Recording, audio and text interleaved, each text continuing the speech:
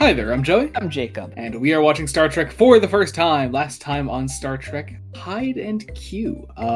Plenty of John Delancey fun in there, and some great Riker stuff in there. I thought that was really fun. I thought it was a really interesting character piece. Him and Jean-Luc Picard were all really phenomenal characters in episode. I like how you pause between Jean-Luc and Picard as if there was a different Jean-Luc on the show. I know. I was like, is Jean-Luc fine, or I'm going to go with the full name? Yeah.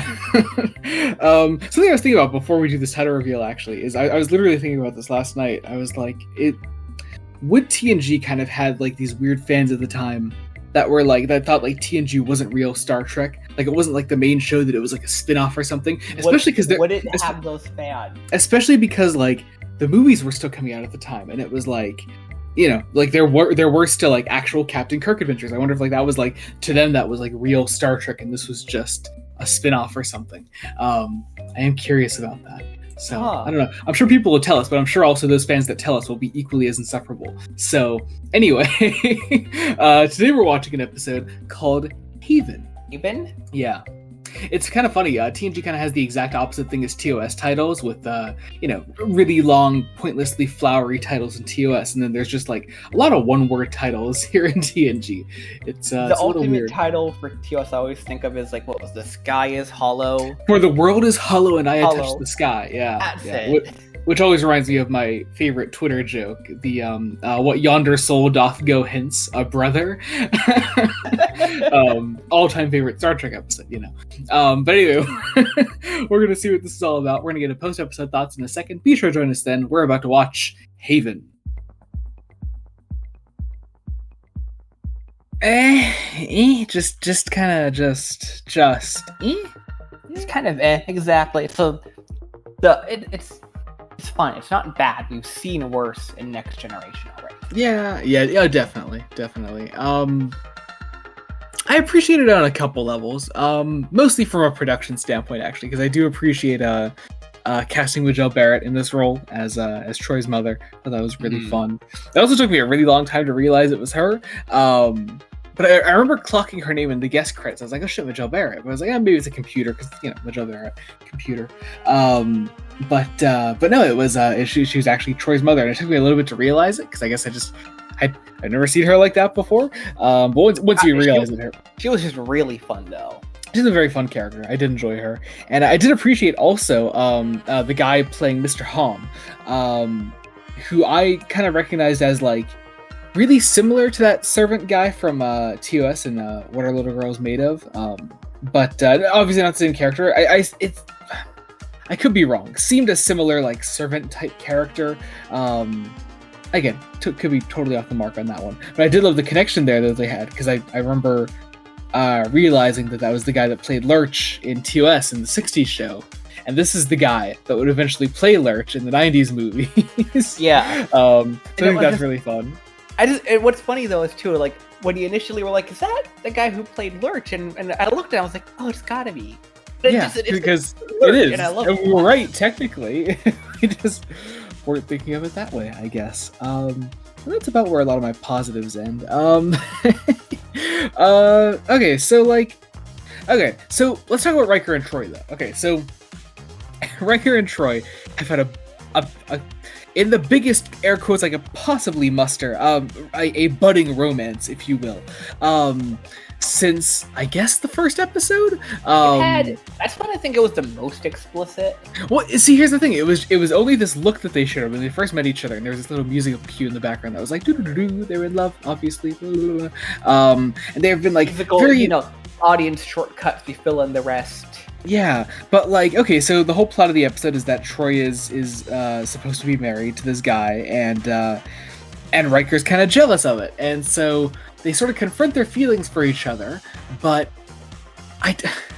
they kind of played as if they always kind of knew that they sort of felt for each other, but I never got the feeling they ever confronted those feelings with each other before this, or even kind of made any hints about them at all beforehand.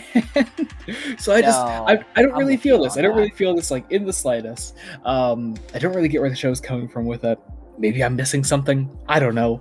I mean, we might be forgetting like little details here and there. Yeah, but like I don't know. I don't think it's enough for it to immediately be like I'm supposed to be married, and then like Riker gives her this look like, but you know I'm in love with you, right? And it's like, I mean, I guess being a mind reader, she could know. You know, maybe that's it. Maybe at the very least, like this gave us a little bit more justification delving into Troy's sort of psychic tendencies. Maybe she could have already felt it because of that. That's very possible, I suppose.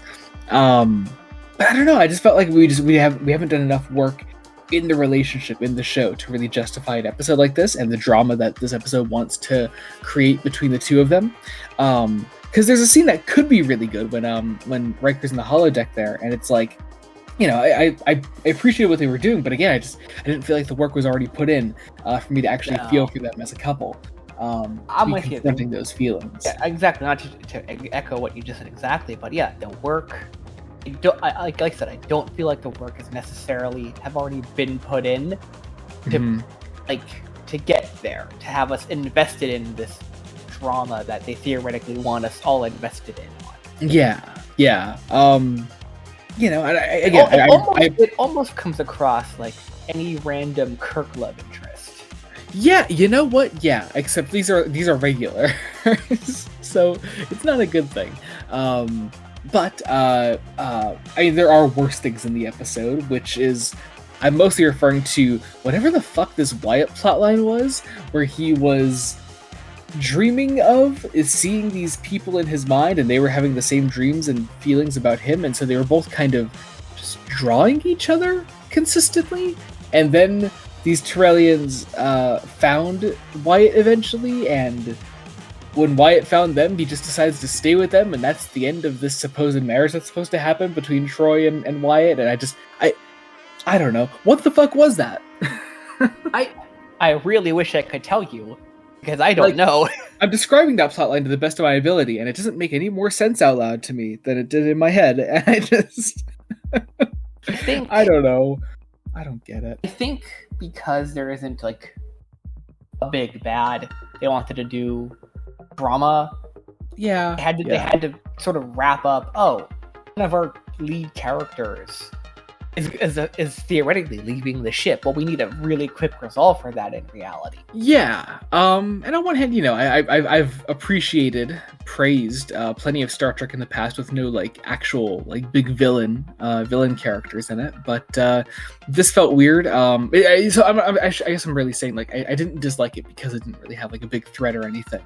And also, yeah, again, just you know, I kind of hate that I'm echoing the same sort of idea into a show that came out 20 years after TOS, but it's kind of hurt by its own episodicness in that you can't really, at least now, I'm sure the show will continue to evolve beyond this, but you can't really make big sweeping changes to characters like this, at least right now, in the span of one episode in the middle of a season, you know? Right. There needs to be some structural change to the show that's just not going to happen until at least season 2, I will assume. I would imagine, yeah. But I guess we'll find out as we continue on. But I think that about does it. Thank you all so much for watching. Be sure to join us next time when we continue Star Trek The Next Generation. Until then, this has been Joey Morgan. Jacob. Goodbye.